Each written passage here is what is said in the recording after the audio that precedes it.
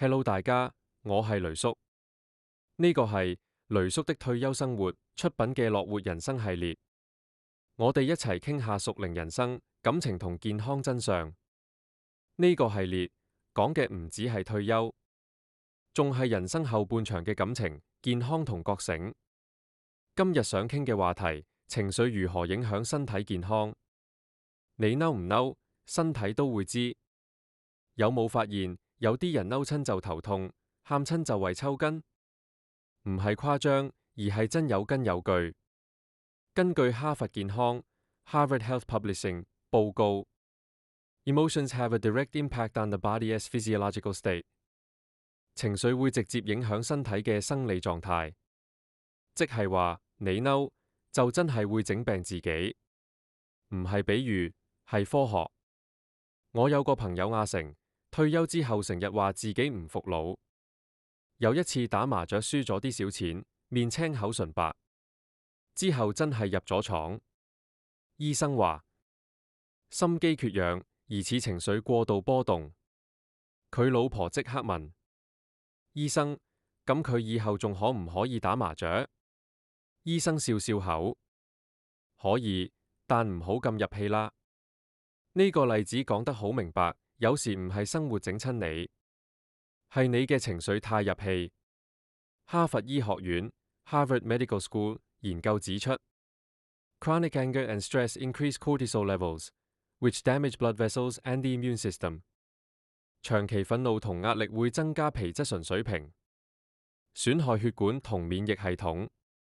換句話講，嬲得滯唔止爆血管，仲會令你疫病難傳。皮質醇 （cortisol） 係壓力荷爾蒙，本來係救命用嘅。你驚嗰陣，佢幫你跑得快。但如果你日日都嬲，就變成毒素。咁講啦，嬲一次好似煲水，滾完就冇事。日日嬲就好似火從來冇熄過，遲早要爆煲。再講另一樣，抑鬱。美國心理學會 （American Psychological Association） 研究顯示 ，Depression increases the risk of heart disease by 40%。抑鬱會令患心臟病嘅風險增加40%。點解？因為你長期情緒低落，身體會以為你要冬眠。血壓低、心跳慢、免疫差，咁點打得贏細菌病毒？所以人唔開心，真係會病。耶魯大學 （Yale University） 心理醫學系仲話 ：The body keeps the score。身體會幫你記低情緒賬單。即係話，你以為你忘記咗啲唔開心，其實你個身未忘。所以有啲人長期腰痛、頸痛、胃痛，醫極都唔好，唔係身體壞，而係心入面有嘢未放低。你見唔少人話醫唔好，其實要醫嘅唔係身，而係心。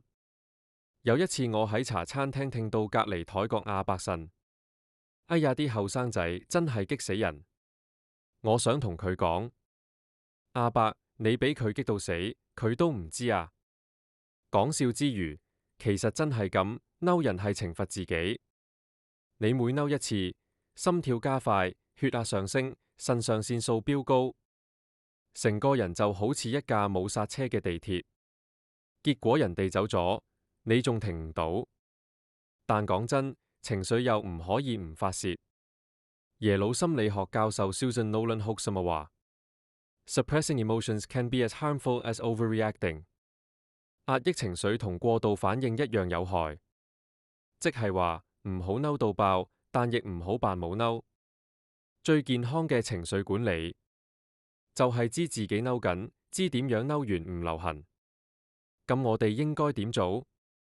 哈佛健康建議咗3個方法，我改咗少少。用我哋香港人版本講法，一笑係最平嘅藥。Laughter reduces stress hormones and boosts immunity。笑能降低壓力荷爾蒙，提高免疫力。2喐一喐，屈氣散。Regular exercise balances mood-regulating chemicals。運動能調節情緒化學物質，唔使跑馬拉松，行15分鐘都幫你排毒。3講出嚟唔丟架。Social connection is the best antidepressant。社交連結係最強嘅抗抑鬱劑。同朋友吹水，同孫講笑，原來真係醫心病。總結：情緒就好似天氣，唔可以控制落雨，但可以擔遮。嬲得滯，身體會記住；放得開，身體會答謝你。記住，你嘅情緒係你健康最忠實嘅報告。照顧好心情，就等於保養你個身。今日就講到呢度啦。如果覺得有用，唔該俾個 like、subscribe， 撳埋個鐘仔，分享俾更多朋友，一齊活得自在。活得自在，講真話，樂活人生。我係雷叔，下次見，拜拜。